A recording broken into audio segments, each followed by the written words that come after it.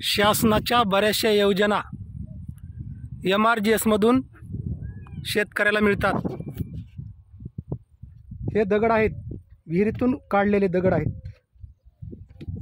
शक्य आहे का माणसाने विहीर फोडून दगड काढणेवर शक्य आहे का?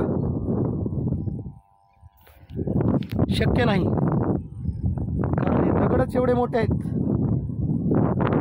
याला यंत्र वापरल्याशिवाय हे दगड निघू शकत नाहीत। मग मला या ठिकाणी MRGSच्या कामाला यंत्र वापरायचं नाही असं शासन म्हणतंय। यंत्र वापरायचं नाही तर दगड वर काढायचे कसे? आता एवढी ताकदबाज मंडळी नाही, पुरुष मंडळी असेल किंवा काम करणारी लोक एवढी ताकदबाज नाहीत। ही विहीर खोदणं म्हणजे खूप कष्टाचं काम आहे, आणि असं कष्टाचं काम करण्यासाठी आता लोक कुणी येणार बरं? मग शेतकऱ्याला अडचण निर्माण व्हायल्यात। शेतकऱ्याची अडचण निर्माण व्हायली तर शेतकऱ्याची अडचण दूर करायला शासनाचं काही लक्ष नाही। अडचण जर दूर करायची असेल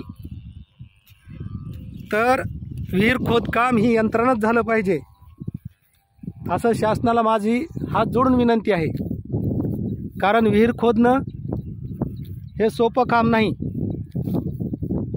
आणि लोक पण भेटत नाहीत। प्रशासकीय अधिकाऱ्याला पण माहिती आहे सर्व कामं यंत्रणाच व्हायलेत, आणि कामं यंत्रणा होत असताना मग बिलं कुठं पडणार? MRGSचे बिलं काम करणाऱ्या लोकांच्या खात्यावर पडणार। मग तिथं शेतकऱ्याला ती बिलं गोळा करायची कशी?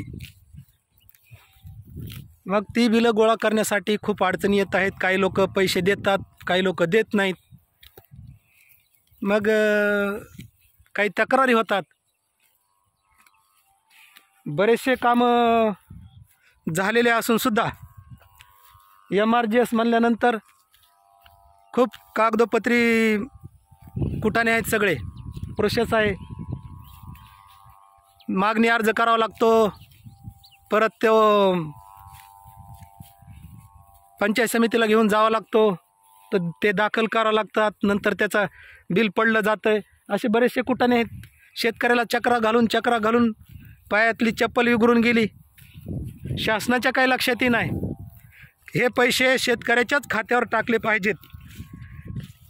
बऱ्याच ठिकाणी भांडण तंटे झालेले आहेत लोकांबरोबर, कामगारांबरोबर पैशाच्या बाबतीत। बऱ्याच ठिकाणी पैसे परत न केल्यामुळे वाद होतात, कारण लोक म्हणतात हे आमच्या खात्यावर आलेले आहेत, कुणी म्हणतंय लाडक्या बहिणीचे आहेत, कुणी म्हणतंय कशाचे आहेत, अशा प्रकार येतो। आणि ते होऊ न देणं, जर ते थांबवायचं असेल तर शासनाने शेतकऱ्याचे पैसे शेतकऱ्याच्या खात्यावर टाकले पाहिजेत। आणखी मला दुसरं म्हणायचं आहे, मंगेश साबळे साहेबांनी जे आंदोलन केलं होतं ते आंदोलन काही चुकीचं नाही। भीक मागो आंदोलन। बरेचसे प्रशासकीय अधिकारी ह्या MRGSच्या नावाखाली शेतकऱ्याकडून पैसे उकळत आहेत, कारण शासनाची पगार तर घेतात, परंतु लोकांचे जे कोणते कामं असतील ते कामं करण्यासाठी ह्या प्रशासकीय अधिकाऱ्यांनी आता मध्यस्थी लोक ठेवलेले आहेत पैसे घेण्यासाठी। हे कोणाला माहीत आहे कोणाला माहीत नाही हे मला माहीत नाही, परंतु माझ्या निदर्शनात ज्या गोष्टी आल्यात मी ती बोलत आहे। यांनी लोक ठेवलेत पैसे घेण्यासाठी प्रशासकीय अधिकाऱ्यांनी, तर त्यासाठी प्रत्येक तालुक्याला लाचलुचपत ऑफिस पाहिजे, तर ते ऑफिस जिल्ह्याला आहे, तर तालुक्याला ऑफिस जर झालं तर थोडं कुठंतरी प्रशासकीय अधिकाऱ्यावर दबाव आणता येईल, हे कुठंतरी थांबवता येईल। म्हणून सरकार मायबापाला माझी अशी विनंती आहे, मायबाप सरकार तुम्हाला माझी हात जोडून विनंती, MRGSचे पैसे जे तुम्ही MRGS काढले ना ते ग्रामपंचायतच्या कामात MRGS ठेवा। शेतकऱ्याच्या विहिरीला, शेततळ्याला, फळबागेला देऊ नका। लोक कोणी विहीर खोदायला येत नाहीत, हे लक्षात ठेवा.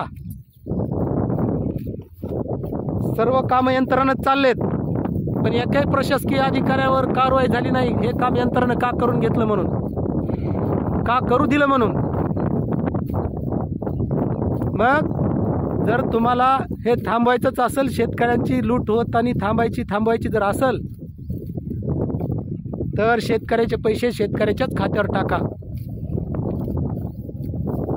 बऱ्याचशा अडचणी अशा आहेत, पैसे देऊन सुद्धा बिलं निघत नाहीत. मध्यस्थीच लोक खाऊन घेतात, त्या समोरच्या प्रशासकीय अधिकाऱ्यापर्यंत पैसेच पोहोचत नाहीत, बिलं निघत नाहीत. शेतकरी कंटाळून गेलेत. प्रत्येक ठिकाणी मी बऱ्याच वेळेस बघतोय चक्रा घालणारे लोक. म्हणून परत विनंती आहे, शेतकऱ्याचे पैसे शेतकऱ्याच्याच खात्यावर टाका. हात जोडून विनंती.